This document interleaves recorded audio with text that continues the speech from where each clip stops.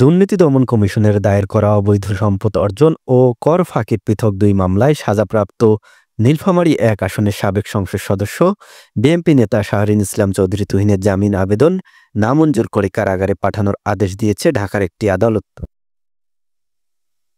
তাকে মিথ্যা মামলায় কারাগারে পাঠানোর প্রতিবাদে সকাল থেকে সন্ধ্যা পর্যন্ত নীলফামারী জেলাসহ ডোমার-ডিমলা, জলঢাকা উপজেলা এবং গোমনাতি ও চিলাহাটিতে বিক্ষোভ মিছিল ও প্রতিবাদ সমাবেশ করে বিএনপি।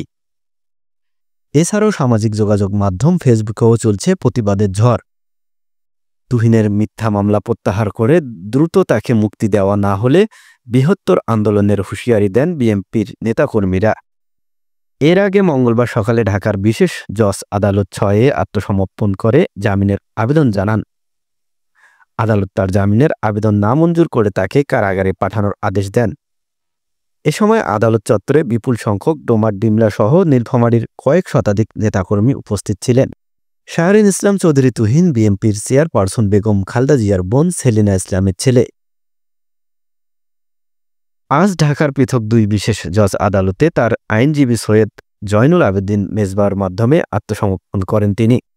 প্রথমে কর ফাঁকি মামলায় জামিন শুনানি শেষে ঢাকার বিশেষ জজ আদালত ৯-এর বিচারক কবির উদ্দিন প্রামাণিক তার জামিন নামঞ্জুর করে কারাগারে পাঠানোর আদেশ দেন।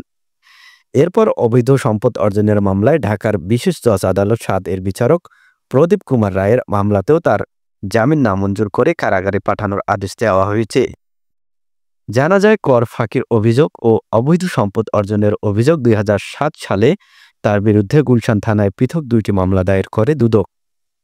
জামিনের আবেদনে শাহরিন ইসলাম উল্লেখ করেন, তিনি ১৯৯৮ থেকে ১৯৯৯ কর বছর থেকে ২০০৬ থেকে ২০০৭ কর পর্যন্ত আয়কর রিটার্ন দাখিল করেছেন। তিনি সেখানে তার সব সম্পদের তথ্য উল্লেখ করেছেন। বিচারিক আদালত থেকে তিনি ন্যায় বিচার পাননি বলে দাবি করেন। গেল ২২ এপ্রিল মঙ্গলবার দুপুরে যুক্তরাজ্য থেকে হজরত শাহজালাল আন্তর্জাতিক বিমানবন্দরে অবতরণ করেন তিনি। এ সময় তার নির্বাচনী এলাকা ডোমার-ডিমলা এবং নীলফামারী জেলা বিএনপি ও অঙ্গ সহযোগী সংগঠনের হাজার হাজার নেতাকর্মী তাকে স্বাগত জানান। ২০০৭ সালে সেনা সমর্থিত তত্ত্বাবধায়ক সরকারের সময় রাজনৈতিক প্রতিহিংসার শিকার হয়ে দেশ ছাড়তে বাধ্য হন তুহিন।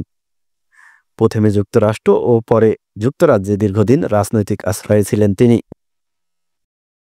সংসদ সদস্য ইঞ্জিনিয়ার শাহরিন ইসলাম চৌধুরী তুহিন ভাই আজকে বিগত ফ্যাসিস্ট সরকারের আমলে দায়েরকৃত এই সরকারকে বলে নিতে চাই, তুহিন ভাইকে যে অবিলম্বে মুক্তি দেওয়া না হয় তাহলে ডোমার উপজেলা ছাত্রদল এর থেকে বৃহত্তর আন্দোলন করে তুলবে। অবিলম্বে মুক্তি দেওয়া না হয় আমরা প্রয়োজনে ঢাকা কারাগার ঘিরে রাখবো। যদি অনতি বিলম্বে তার মুক্তি এবং তার বিরুদ্ধে দায়ের করা সকল মামলা থেকে বেকসুর খালাস দেওয়া না হয়, আমরা ডোমার উপজেলা ছাত্রদল তথা ডোমার-ডিমলার মানুষ কারাগার ঘেরাও করবেন। তিনি আত্মসমর্পণ করেছেন, তিনি আইনি লড়াইয়ের মাধ্যমে অচিরেই আমাদের মাধ্যমে বীরের বেশে আবারও আপনাদের সামনে ফিরে আসবেন।